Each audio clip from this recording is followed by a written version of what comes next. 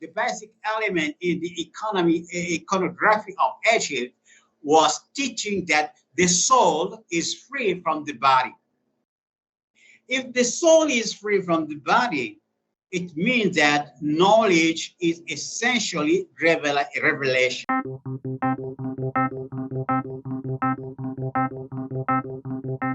This is the mess that they actually created on purpose for the purpose of distraction on, because it's not as if they created a confusion for everybody. They created a confusion for the local people, in this case the Congolese people or the African people.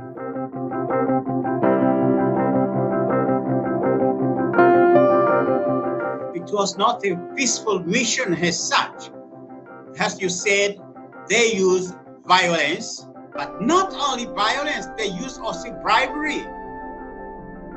They will come to the people will tell them, oh no, we have our religion. And they will tell them, oh, if you come, you will have their salt, you have some clothes, etc., etc.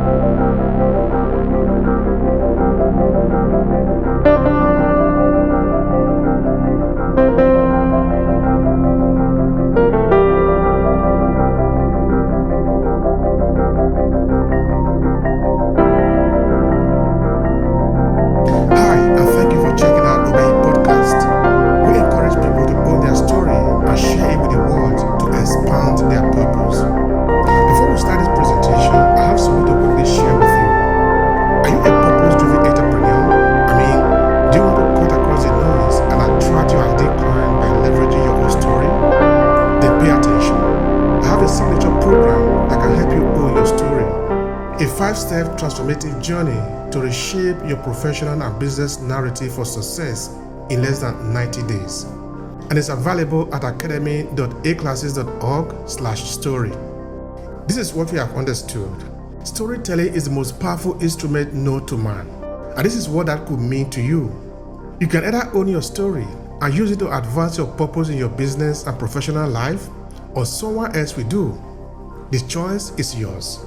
Now let's get started with today's episode of the Obehi Podcast.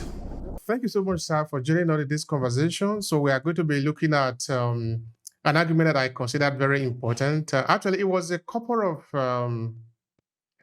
weeks ago, I must say. I was researching online about African history, and I came across this letter called the letter from King Leopold II of Benjo or to the missionaries in Congo, where it was really carefully worded and really should be disturbing to a lot of Africans, or Congolese to be specific in this case, with the directive that is coming from King Leopoldo of what was supposed to be the mission of the Congolese, of the European missionaries in Congo. And of course, I remember that I sent the letter to you to have a look. Be originally from Congo, so because I wanted us to have a look at it too, because there are a lot of people that are talking about the letter online, which means it's something that sort of stir up argument because of the wording of the letter itself. So first, I want to see what is your opinion about it, because I want to believe this is not the first time you are hearing of this letter, which was supposedly written in 1883. So what do you say about that? The first time I came across this letter, it was when I was at high school. It was during the regime of Mobutu, the President Mobutu, that that letter began to circulate. And I read it at that time. It was a shocking letter, but it revealed also what was going on within the church, also within the people and the church. So it was very interesting to see that more of the things that were said in that letter were true. That was we were living. So it kind of was shocking for us, for me as a young, to see that. And that was during the 70s that I came across that letter. All right. Anyway, but there are a lot of things that I saw in the letter that could really be to the credit in terms of the Congolese religion, because we have discussed this a number of occasions, the African spirituality and all of that. Because in the beginning part of the letter, actually, King Leopold supposedly, because I cannot verify whether the letter is actually true or not, because I saw that you were also having that kind of opinion. Maybe we'll have time to talk about that. But he was saying, or the letter was saying, that the mission of the missionary was not only to go there and evangelize the Congolese people, because these are people that already have God consciousness. They already know what is God. They were already calling on God. So the mission was therefore something completely different from introducing the people of Congo to God, which means the people of Congo already knew about God before the missionary. This is sort of helping us to understand what we already been saying before, that Africa, we already know God before the European came in. They didn't introduce us to God at all. In fact, if anything, they have learned about God from Africa. But anyway, looking at it from that perspective, even though the letter is it's not something that we really should be proud of, as it were, because now there are a lot of hidden agenda of what the Europeans have or how to do in Africa, because their mission had been clear from day one that they were there for the purpose of exploitation of, because now we look at all the crime that were committed against the people of Congo, having to cut down the hands of people because they will never use the hands again because they didn't manage to collect enough latex or enough rubber that the Benjos needed. Where I wanted your reaction there is the fact that it is not the first time we are hearing about God, that this letter actually indicated that. What do you say about that? That is absolutely true. What has been done is that when the white people came here, they made a tabula rasa of what was there. And then they began to tell us that we did not nothing. Actually, when it's come to religion, as I usually say it, we have the highest religion, which is an exact science. Recently, I made a series on the Anunaki, and in this series, I show that religion was taught to our ancestors by the Anunaki, the children of light that came from heaven, not aliens. They came literally from heaven down, and they taught our ancestor religion and civilization. Now, a religion taught to the human by the divine missionaries can only be of a higher epistemic nature. And today we are proving that that religion is an exact science. So we had the highest religion, and they replaced that higher religion by a system of mere belief, which is something devaluating for our culture. We didn't know about God. We didn't know about worshiping Him. We didn't know about the importance of being in communion with the Most High. We didn't know all of that. We had the highest notion of theism. But what happened is that when they came, they even blurred or destroyed the theism we had.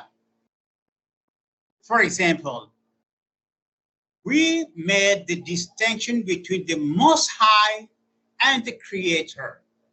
They never made that distinction. They always believed that the Most High and the Creator are the same and one being. So they messed our religion by inculcating to our people that there is only one supreme being who is the creator, which is not our theism. In our theism, we know that there is a Most High who is different from the creator, and that is a scientific theism that can be proven thanks to the Kemetic cosmological argument. So what they did was a mess. was a mess. But this is a mess that they actually created on purpose for the purpose of distraction on, because it's not like if they created a confusion for everybody. They created a confusion for the local people, in this case, the Congolese people or the African people. They didn't create a confusion for themselves. With me, they actually knew what they were doing. They did it on purpose to get the people confused so that they will be able to exploit them. You were making mention of Anunaki, but I will come to that shortly. But first, let's try to demystify the so-called mission. In that, from the letter, we can see that the European missionary in Africa were not bringing God to Africa. They were not bringing the knowledge of God to Africa, because the African people already know God, like you also have said, including like the letter itself have said, including how many Africans who are aware, we know that we have no God before them. This you just clarify. If that is the case, what therefore is their mission? What did you deduce from that letter that their mission was in Congo, by extension, other parts of Africa? The white people came here for a political mission, which is an exploitation of the goods we have.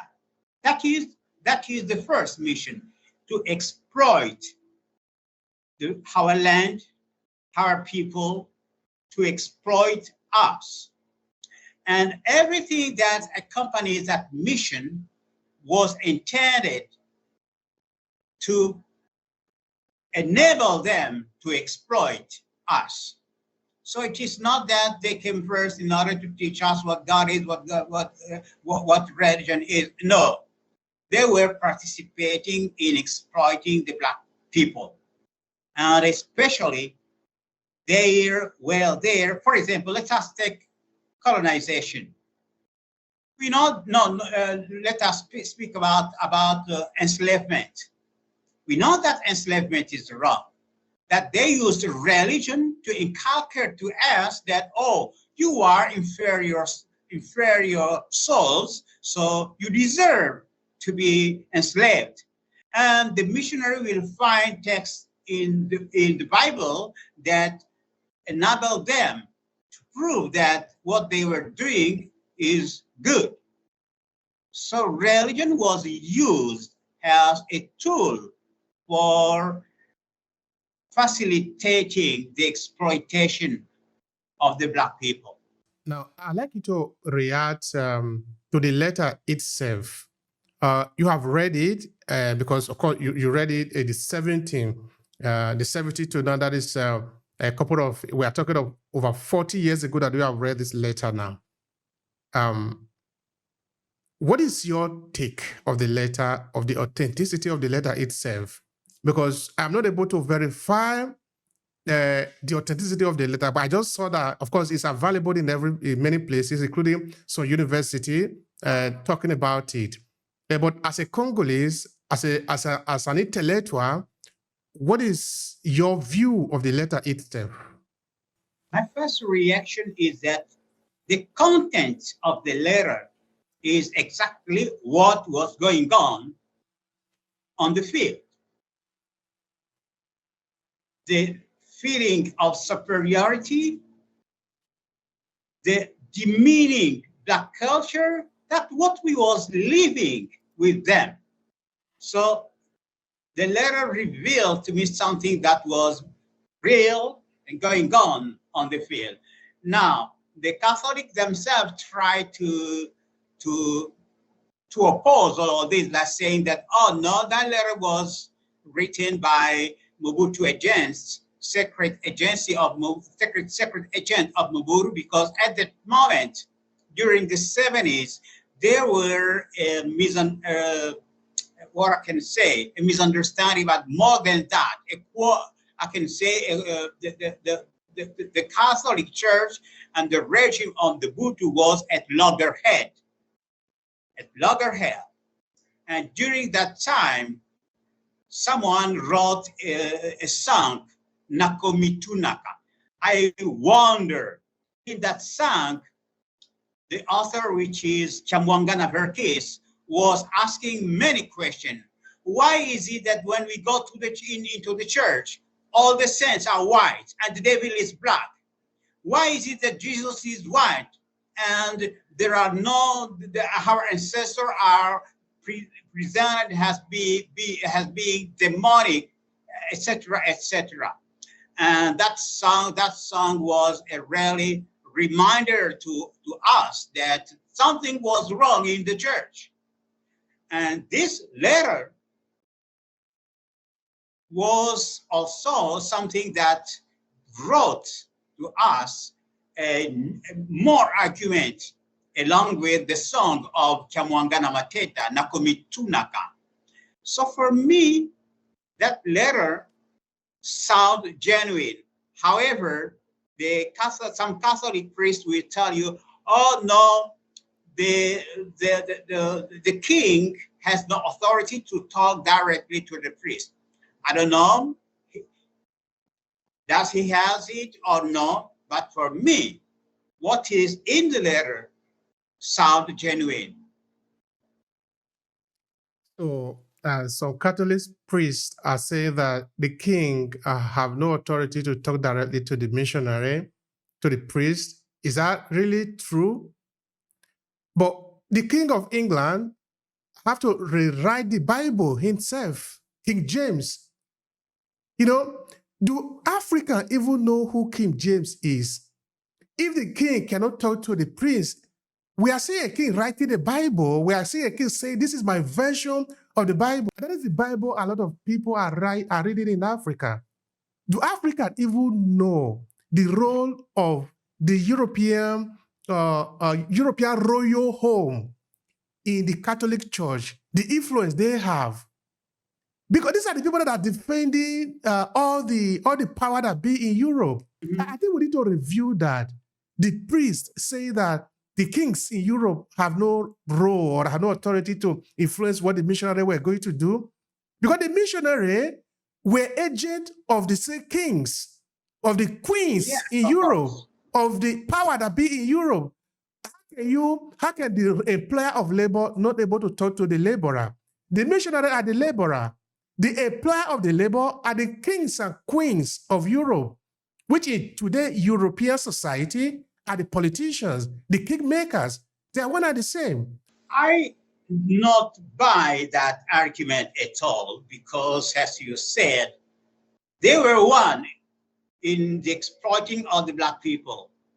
They behave as one cause, and I don't see why they can say that the king didn't have authority to speak to the priest, because the king was the head of the mission. He was the head. He was the one who was giving the orientation. He was the one who was financing. He was the one who was telling them what to do, and etc. So for me, I don't see why he could not speak to the priest directly. I don't buy that argument at all. It was not a peaceful mission as such. As you said, they used violence, but not only violence, they use also bribery.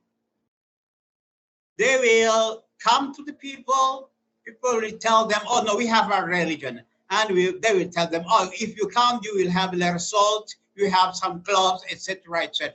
So they used violence and bribery in order to have people in the church.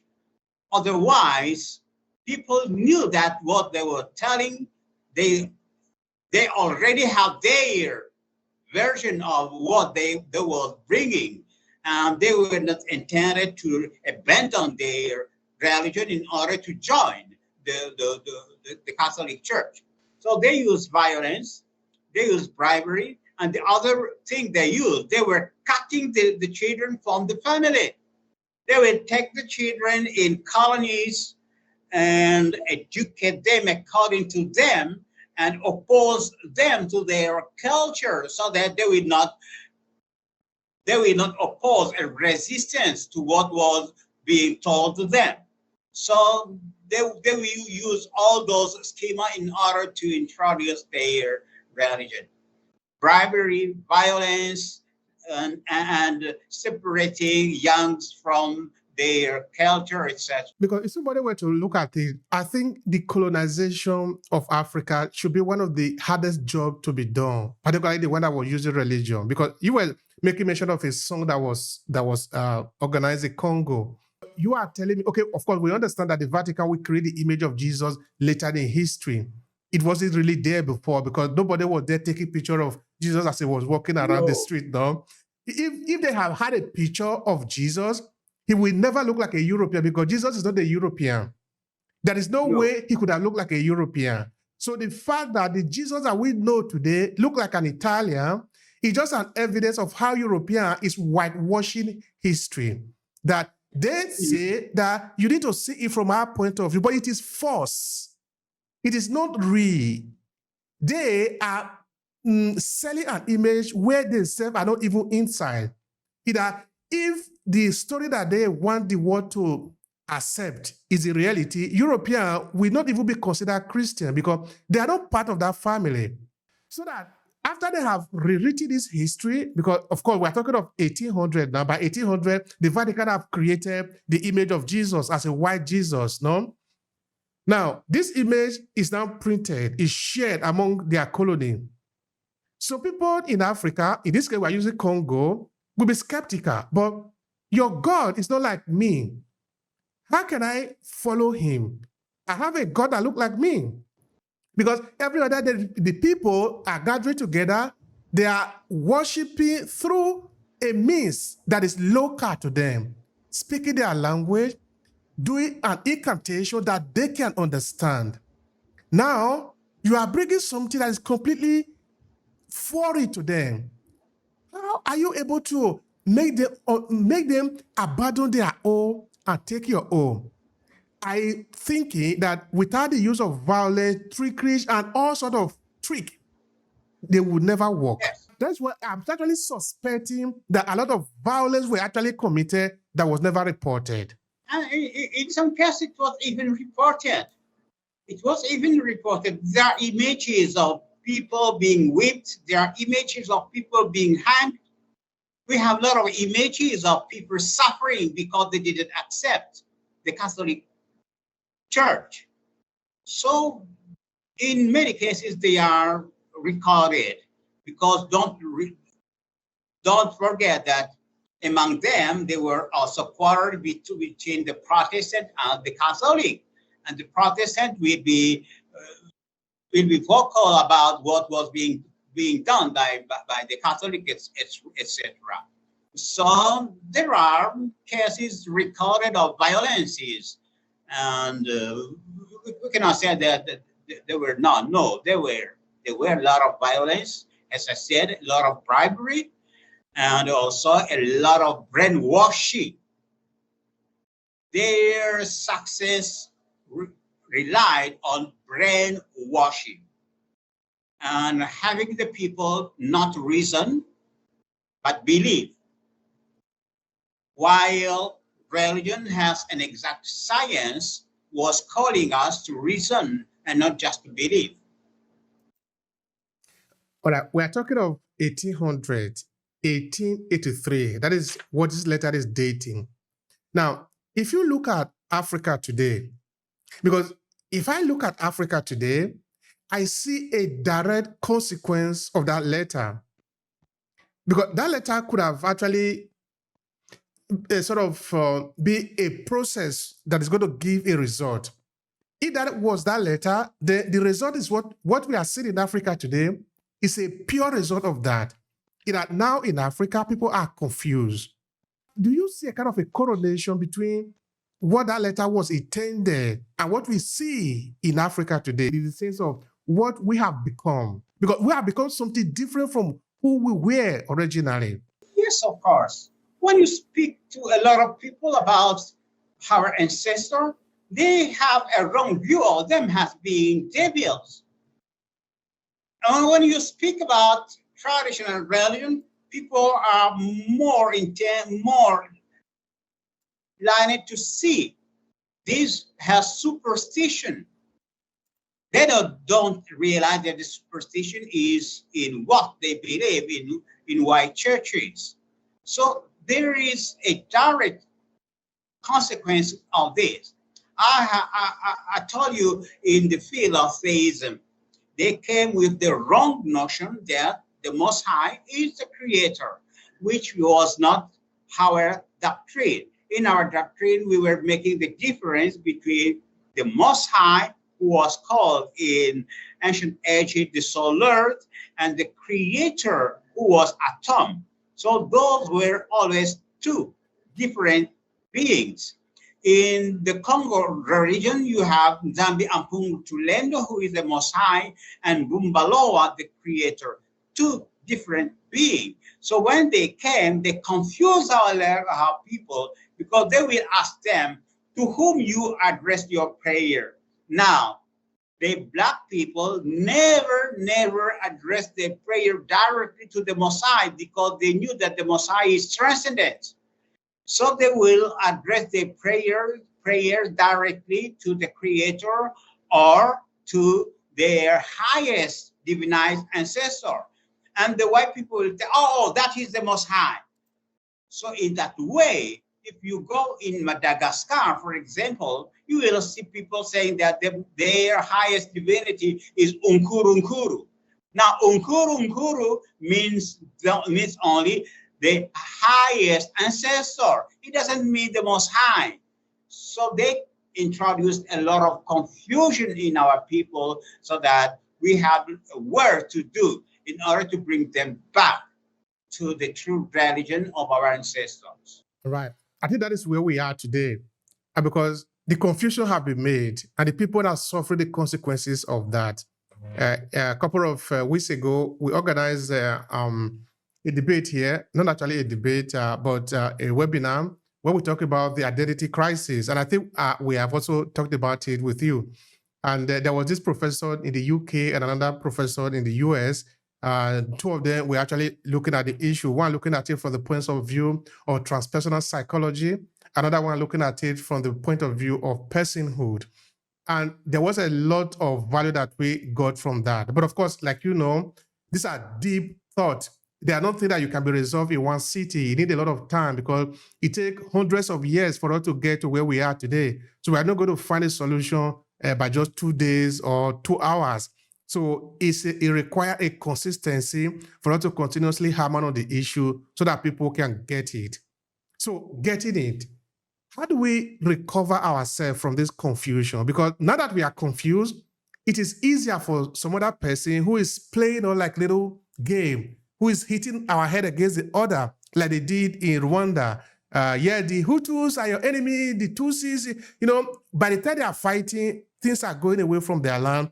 It is to their benefit, only that the people in the local place are dying. Their land is being mutilated continuously. But we want to be free. How do we go about this? How do we recover our true value so we can find our space, our place in the world? We need to re-educate our people, but we need also to destroy what has been set as the standard. In order to do this, we have to learn what is the weak point of the white people paradigm. I used to tell people that there is a statute spoken of in the book of Daniel. It speaks about the glorious nature of Europe, big civilization, strong civilization, and it is represented by that statute of brass and etc.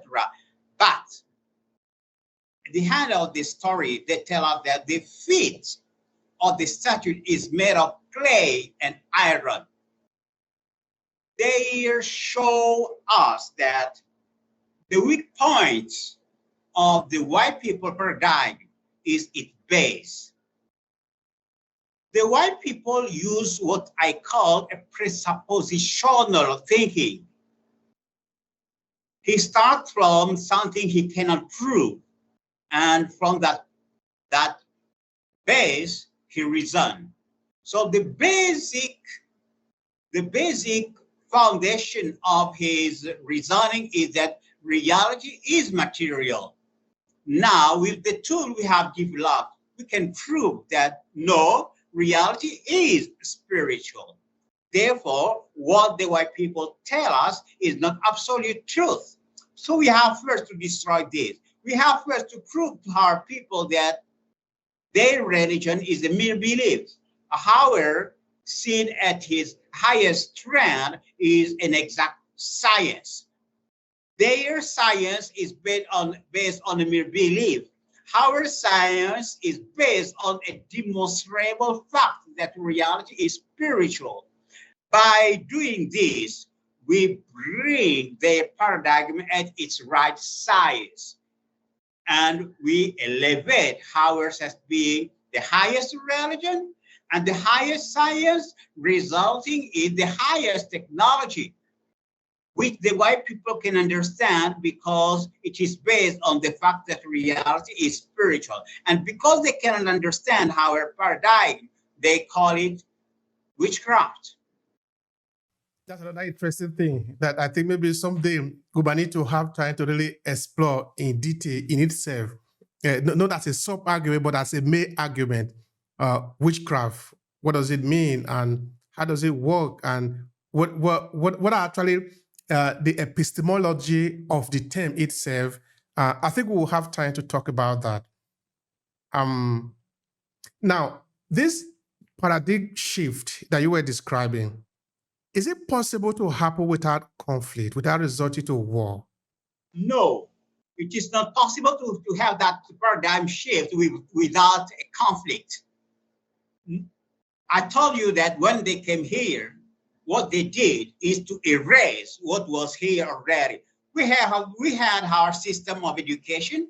We have our system of monetary system. We had our system of religion. We had our civilization. So what they did was to destroy what they found there and later tell us, oh, you had no story, you had nothing at all. So we brought everything to you.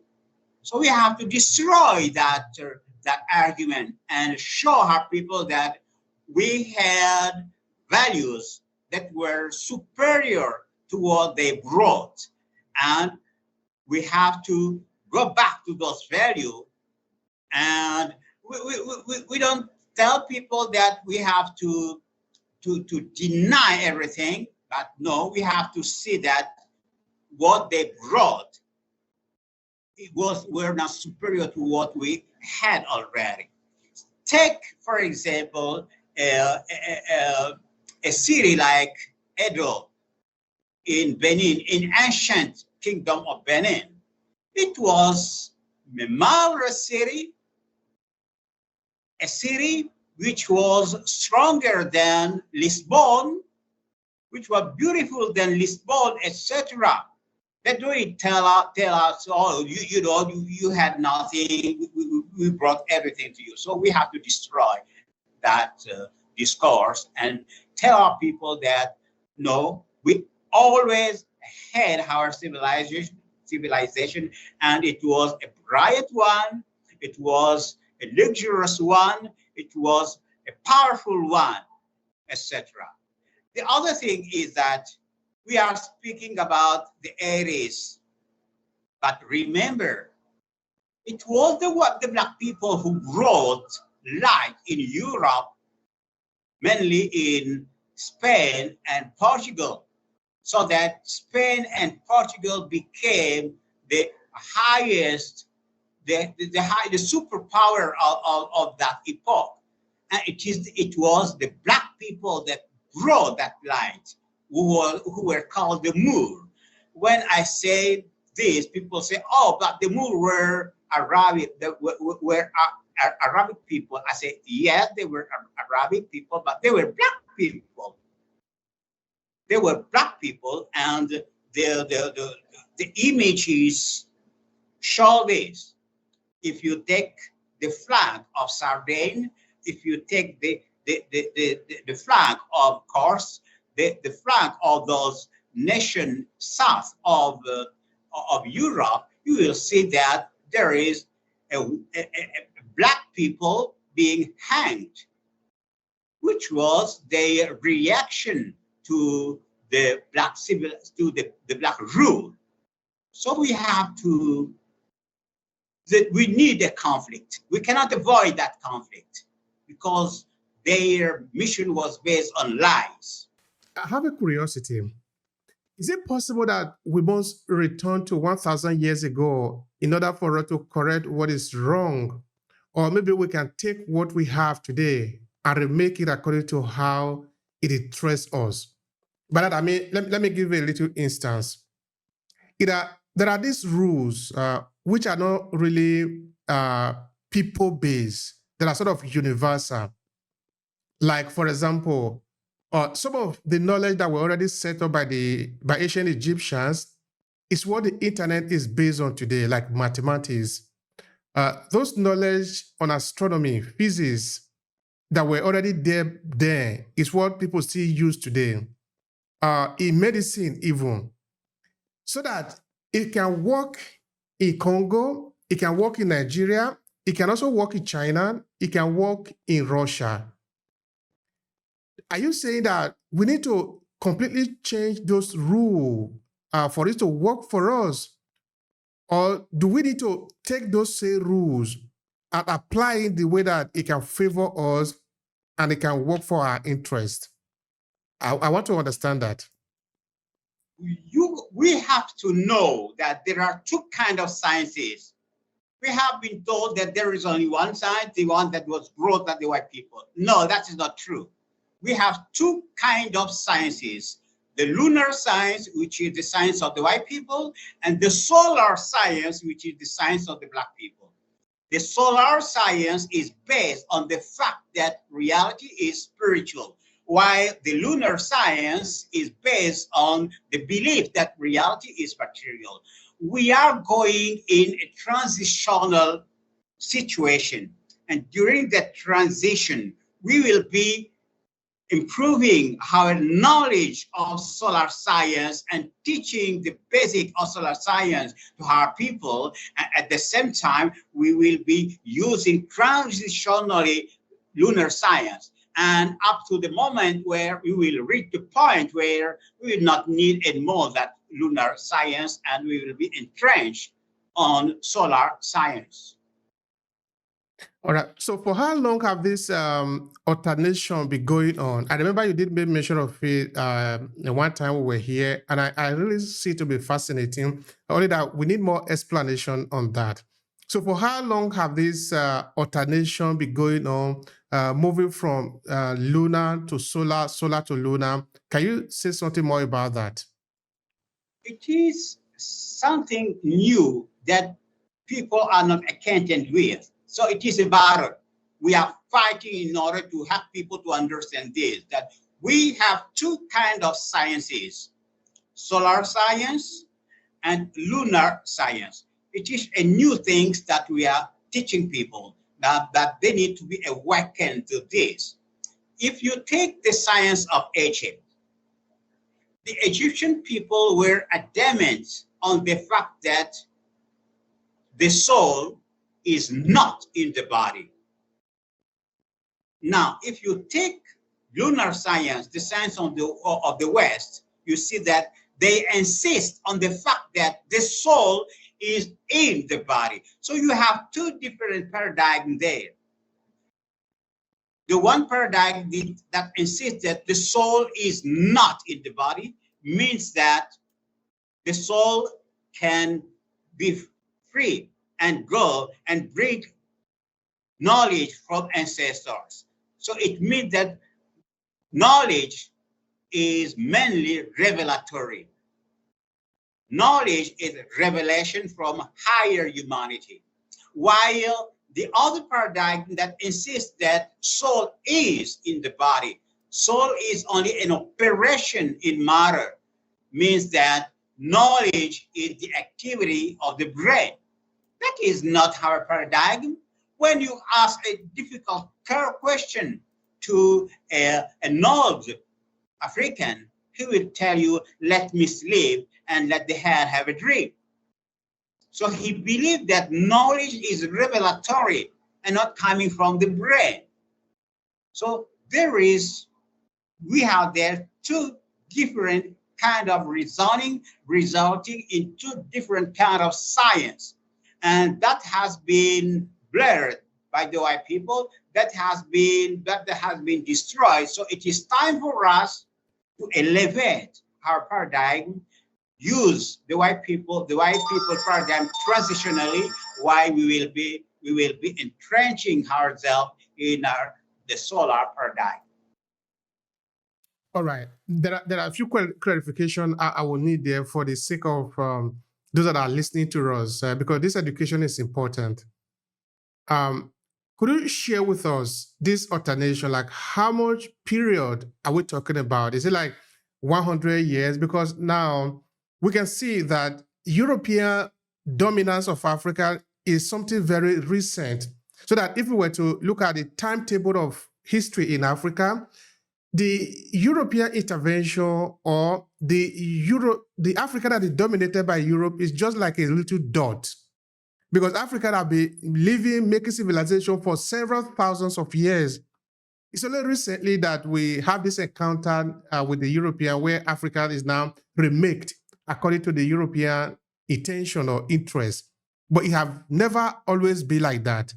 So now we are trying to understand this alternation that you are referring to, the lunar civilization and the solar civilization, about what period are we talking about, so that we can see if how this have impacted us and what we can learn from it? We are speaking about this period in which we are living. History teaches that the solar thinking and the lunar thinking take turns every 3,000 years. So our ancestors knew that when we reach the year 2000, the black people will be awakening. So we are speaking about something that has started since 2000, the year 2000. Since the year 2000, there is a movement of awakening, but that awakening is still something happening within a minority of people.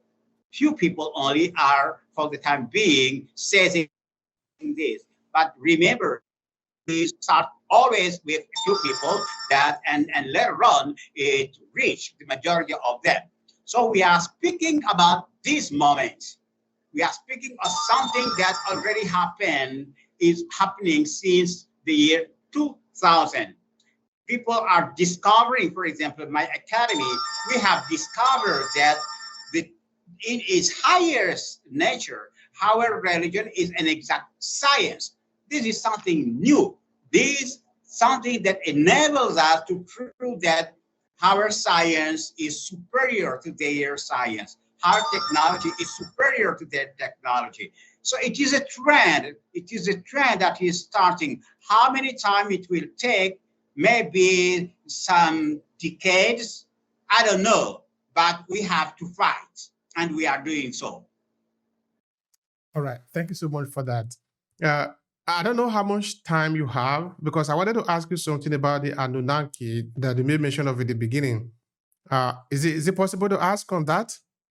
Yes, of course. Okay. All right. Could you tell us about the Anunaki? Who are the Anunaki? Because I think I've seen something like that online, but I think some people need more information about it. Let me first say this.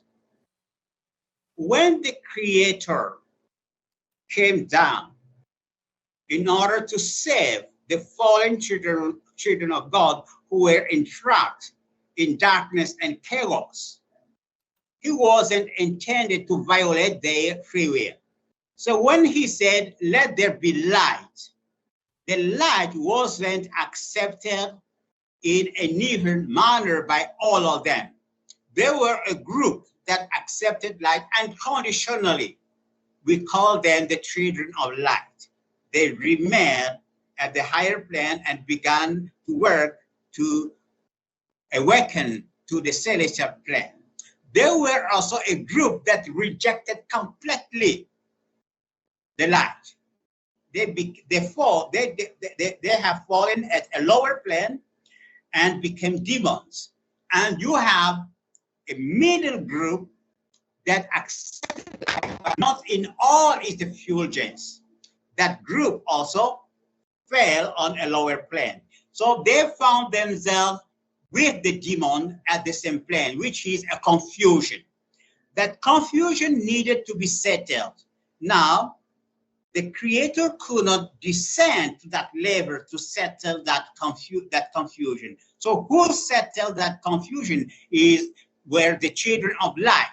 Some children of light came down in order to fight the demon and bring and condemn the demon to the endless world, and then have the humanity create a civilization.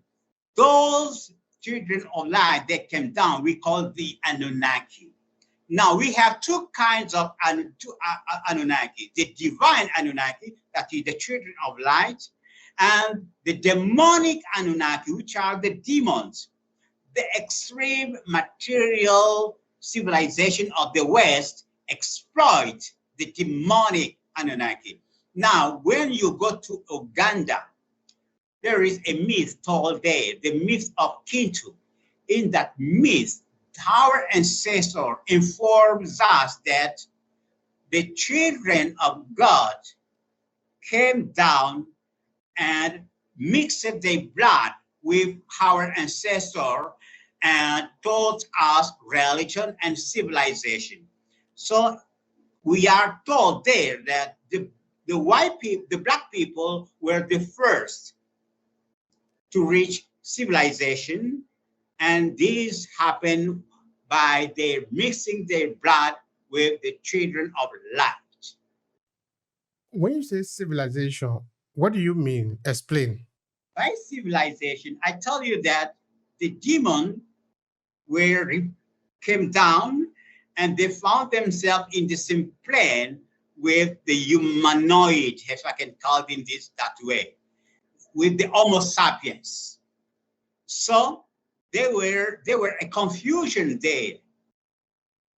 So civilization was the fact that, first of all, when the children of light, the divine Anunnaki came, they repelled the confusion by fighting the demons, and they taught a religion, that is the divine laws, and science, which is the material laws, and they taught our ancestors how to organize themselves politically. That is what we are calling civilization. Religion, science, and politics brought together in order to organize society. Yeah, we are going to travel a rabbit hole here. Now, who are the Anunnaki reporting to?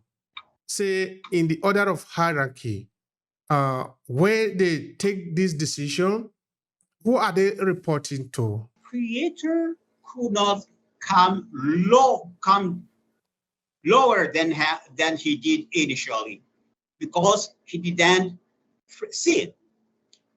We misuse our free will. That's why we find ourselves in darkness. But he didn't misuse his free will. So he found himself in darkness willingly in order to help us get out of darkness, so that he could not go down. So that the mission of coming down and enlightening the Homo sapiens belonged to the children of light, to the Anunnaki, the divine Anunnaki. So they were responding to love. They were fulfilling the plan of the Creator, because without them, the plan of the Creator will be a half plan.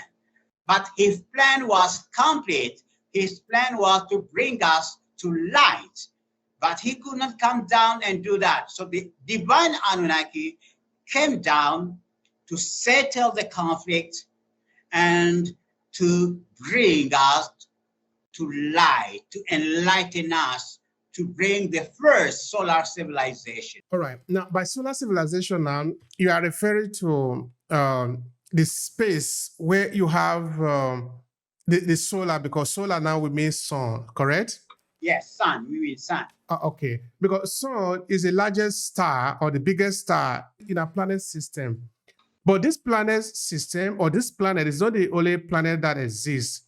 So when you say the creator, are you referring to specifically this planet and the solar system, therefore referring to this solar? Because if you go out of this system, this universe, there are other systems, there are other energy, there are other stars that are not probably going to be called the solar. I'm trying to see how vast or how limited is this solar system that we're talking about here. No, we are using the word solar and lunar symbolically. Okay, please explain. If you take Europe, Europe is the moon of Jupiter. The Western thinking, it is a thinking centered on matter. Centered on matter.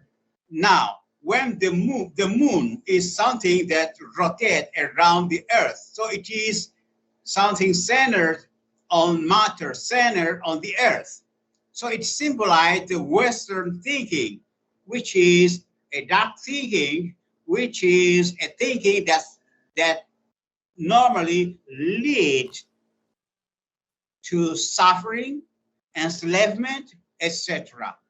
The solar thinking, since the old time, how thinking have always been a thinking turned toward the heaven, turned toward the enlightened being, turned toward the sun, turned toward light. So we are using these things as symbolical. When I say solar thinking, I mean that thinking which is based on the fact that reality is spiritual, while lunar thinking is a thinking based on the belief that reality is material. But if you see also, you will realize that we live in Africa, where the sun is there almost all the year. And they live in a context where there is darkness, where there is the sun is something special that they don't see often. It's a little bit complicated, but of course we need people to explain this to us because we are learning. I am learning. You see, in the beginning, although at the point when you were talking of conflict, I didn't know what I was going to say there. I was saying I don't know what to say there because I am thinking that there should be a type of belief system, whether it's coming from Africa, from Asia, or from Europe, which should be holistic, that should include all human beings, that should look for a way to solve the problem, that should see human being as human being, irrespective of the color, the gender, or where you are coming from. Is that something that we can be found, whether in Africa or any other part of the world, without necessarily this preemptive measure of, okay, you have cheated me, now I'm going to cheat you back, so you pay, you wrong me, I will wrong you back. So I'm trying to see if there is a way that can help us see beyond the skin color so that we can build a world, a space where everything we can cohabit. Because really, we are cohabiting. Help me with that. Let me give you an example.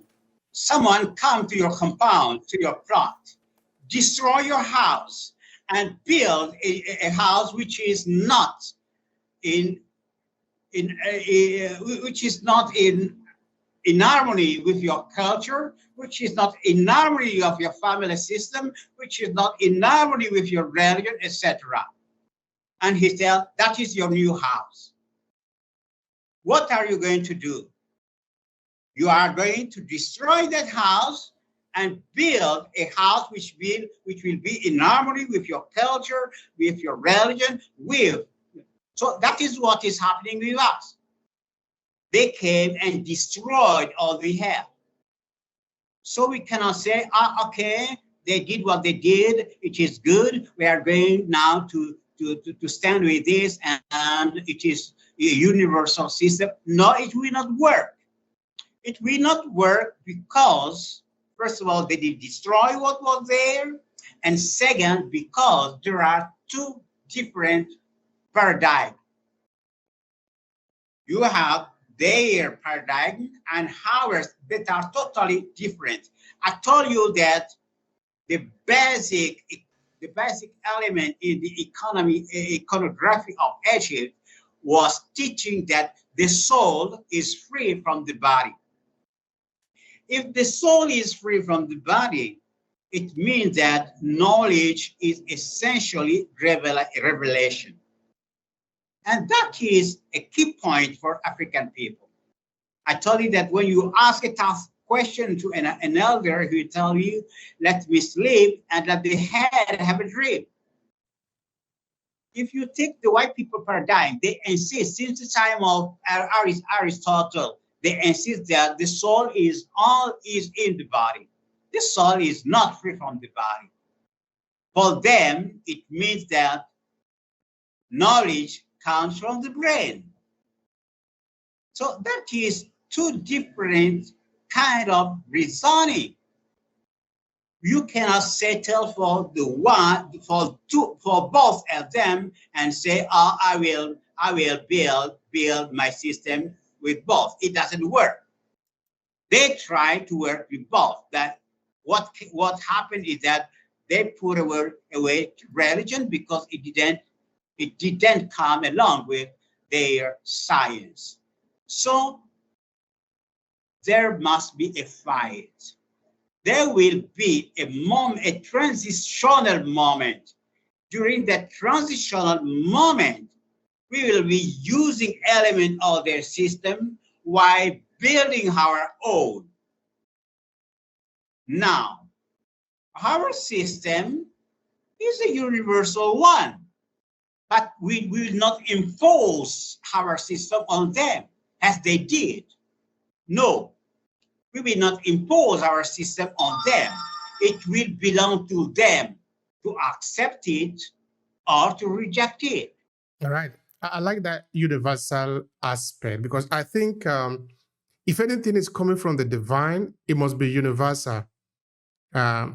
Because there is so much that really should be common among us. Anyway, but having said that, I was reflecting on the soul as you were talking about it. But before I get there, I want you to help me understand this. By white people, which of course I sometimes find it difficult to really see a white person or a black person in the actual sense of it. Okay, for the sake of simplicity, white people from Europe. Is it just because you are coming from Europe, just because you are white, you are qualified as a person who is reasoning this way? Or it is based on your education that you are reasoning this way? I'm trying to understand this categorization. Can you help me with that? There's more than that.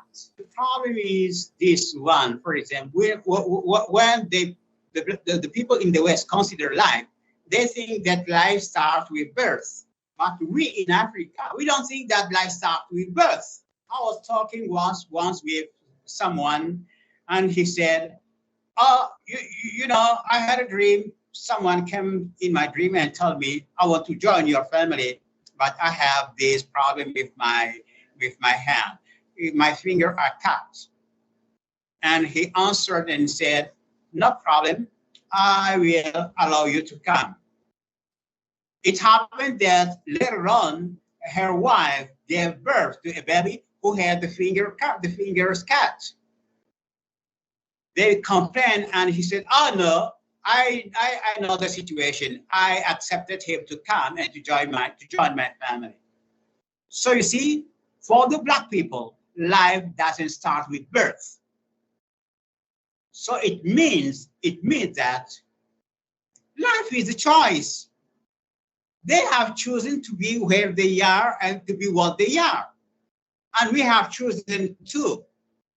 We can change, they can change, but the fact is that it is a choice.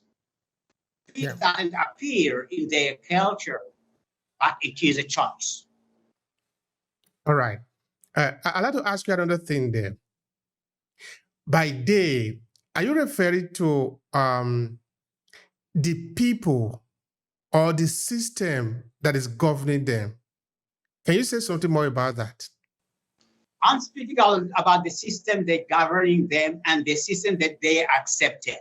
You and I, we have chosen to be born in Africa, to work for Africa, and that's what we are doing. And they have chosen to be born in Europe. They accepted that system. They can find their system by realizing what they are realizing now, that it is a bad one. But at the origin, they did accept that system as we did accept ours. So it is our duty to work to elevate the system, as it is also their duty to work to elevate this, which is theirs. All right. Thank you so much for that. You see, I will say that it requires more than 1 hour to explain, because it is not as simple as it is, but it's okay. We have the time. We have the time for it. The soul, that is important for me. You said the soul is not in the body. Please explain that. What does that mean? When Cassie Temples was doing his research among the Bantu people in Central Africa, he asked them about man. What is man? They told him that what you see is an appearance. The man is what you don't see. They refer to the man by telling him that the man is similar to what you will call in your language a person, but it is not a corporeal being. Now, a scholar in Nigeria, I forgot his name, said that you have the same reasoning about the Yorubas. The Yorubas of Nigeria said that what we see is an appearance. Reality is unseen, the invisible. Now, soul is the reality of our being. Soul is spirit. And because soul is spirit, soul is infinite. How can the infinite be contained in the finite? That is not possible. So the right reasoning says that this corporeal body is to soul, has the shadow, the optical shadow is to the corporeal body. In other words, the corporeal body is only a shadow of the soul. When this shadow sleeps or is unconscious, soul is free and finds itself with another shadow which is unseen to us. So that the shadow will disappear with the complete enlightenment of the soul, which will be reached through the purification. So soul is not in the body, because soul is infinite and the body is finite. The body is only a shadow of the soul. That is very interesting. That is really very interesting. And I need more explanation of that. I was trying to explore this argument. I was seeing it like the body, like a vehicle, where the soul actually is residing, but the soul didn't really start from that body. It had been existing before it came to that body, and it use that vehicle for a certain point. Then it can drop it and move to another body. We say that body is dead. Okay, let me see if I can explain it like this. In Asian culture, okay, for example, my name is Obehi. I've written an article like this where I wanted to explain it in my article are usually like 1,200 words. I ended up writing 5,000 words to explain what I'm about to explain in a very short sentence. Obehi are two words mixed together, Obo and Ehi. Ehi in our language is the guardian angel, your predestined life. But this predestined life didn't come to life the day you were born. It had been existing for thousands of years. It had been existing forever, and it will be existing forever. It therefore is your connector to the divine, to the infinite. You know more than you do. You will die, but your Ehi never die. If I'm looking at it from that perspective, I am seeing a direct connection between the body, which is the physical, and that infinite connection that is never going to die, no matter what you do, whether you're a good or a bad person, you never die. In fact, in essence, spirituality or African spirituality, if I might be abundant to say so, we don't really have the judgment day because everything is so perfect that you just need to move down or up. If you are a bad person or you commit crime, you move down. It is your evil that is moving you down, not God. But if you do good or if you are a good person, you move up. You are moving up. So that it's a journey, it's a perpetual journey of you supposedly becoming a better version of yourself. But not your body becoming a perpetual journey. Your body cannot do a perpetual journey. But your Ehi is in a perpetual journey. It can come as many as 1,000 times, it doesn't matter. All the mission it is to always improve, to become better. So I'm trying to see it like this now. And I'm trying to make the connection to the body. What is the body there for? You are calling it a shadow. Now, we see Ehi, but now there are many Ehis in that every person have an assigned divine angel. In this case, your angel is your Ehi. That your angel is a pre-life before you. Your Ehi is your true being, and your body is your seeming. Your true being cannot be in your seeming. So I will say that the physical body is a cage. The Western way of thinking tried the best to encage our soul. And it should not astonish us that they will reach to the point of enslaving people, because they already began to enslave your soul, to engage your soul in the body. And the Egyptians are teaching us that you should not accept that. You should not accept your soul to be engaged in your body, because your soul is infinite, your Ehi is infinite, and because it is infinite, it cannot be in the finite. So this is a fight. This is an epistemological fight, and the stress the Egyptians were putting on this is essential for our evolution, for our civilization. The soul is the infinite, the invisible. It is not engaged in the finite, which is the body. That is why I say the body is just a shadow. When you move, your shadow moves. But you are not in your shadow. The shadow is something that is imitating you. So the body imitates badly the soul. We can go deeper than this, but I prefer to remain on the epistemological level, to understand that your soul, your true self, is not engaged in the body, renders you free to communicate with higher humanities and get knowledge from them. And that is essential for our civilization, for our development. Thank you so much for that.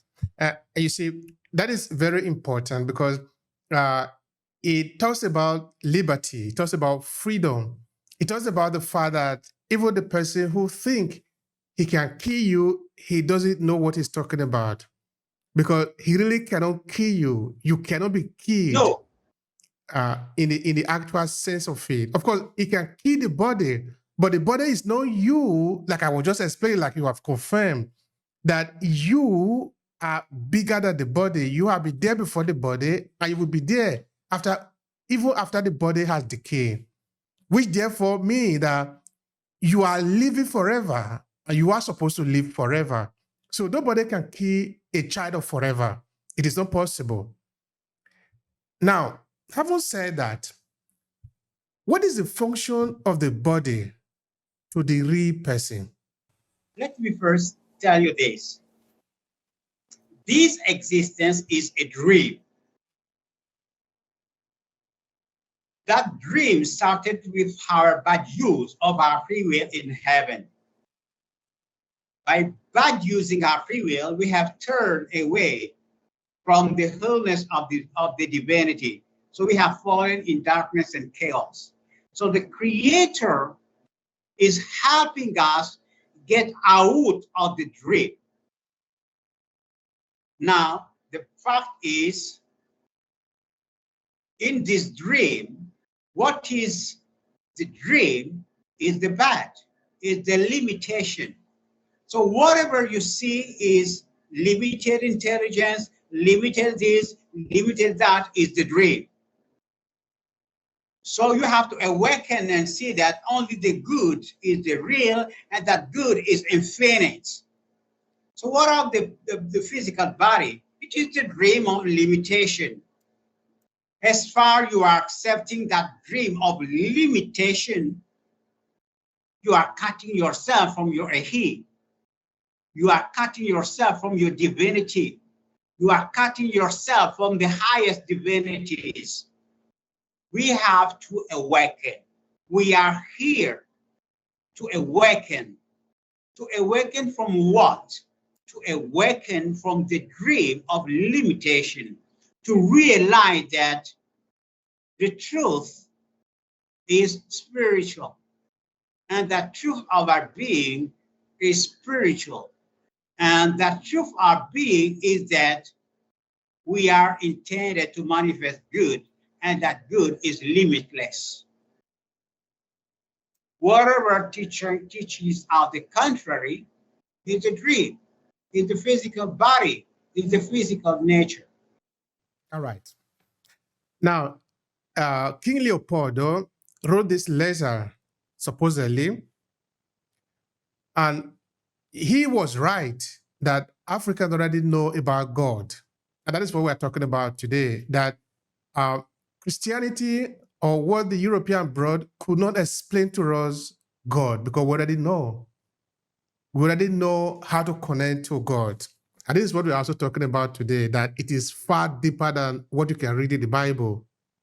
It is far deeper than what they will teach you in Sunday school. And I think it is interesting that we are even talking about it. Now, because I don't want it to be so long, because I know you are doing something, I can see some flashes there. What would you say are some tips, some strategy that people should undertake to be awakened? Because now it is clear from your explanation that the entire mission that we have here is to wake up, is to be awakened. So what are the steps? What are the things we need to do to be awakened from the sleep? First of all, we have to know that this is a dream. Knowing that this is a dream is the starting point. Now, having known that, we have two ways of handling things. We have the human way and the divine way. Both are related and both are inseparable. We have to choose. If we choose the human means it's not that our awakening will be a temporary awakening.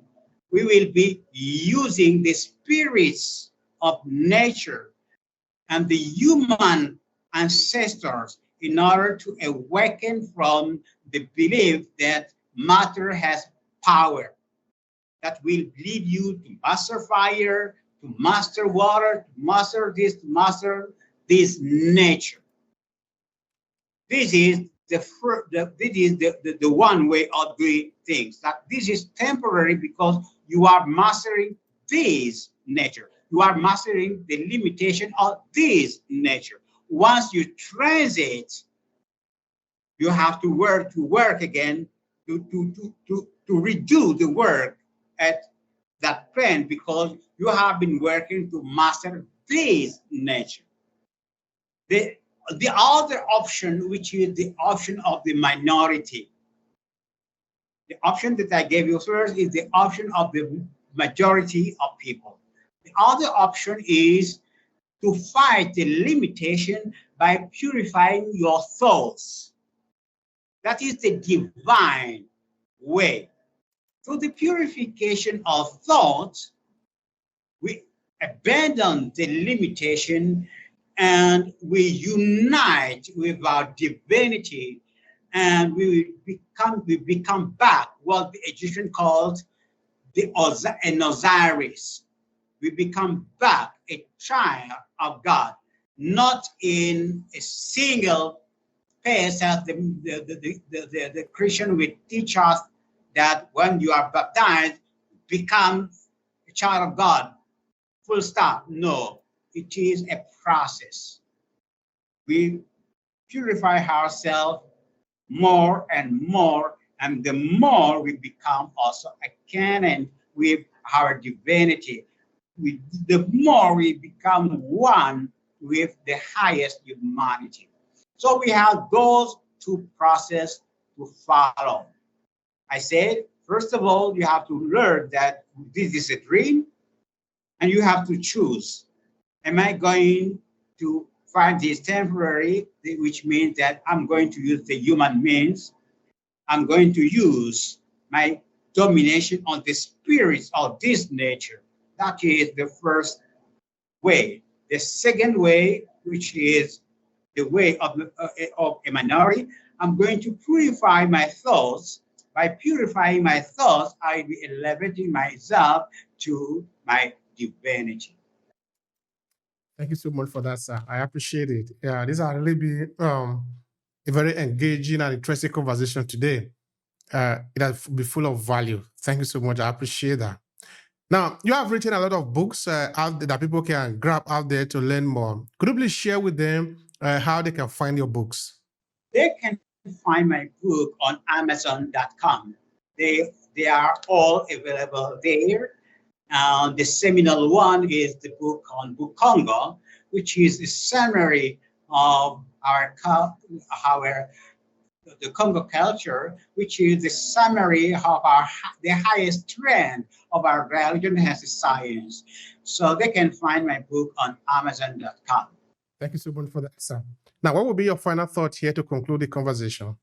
My final thought is that we have to learn that when the white people came in Africa, they don't came with the intent to bring us light. No. They came with the intent to exploit us. So all the means were used to exploit us, including religion. So religion was not a means for enlightening you and me, but it was used as a means to exploit us. And that is what appears when one reads that letter of King Leopold II to the priest in Congo.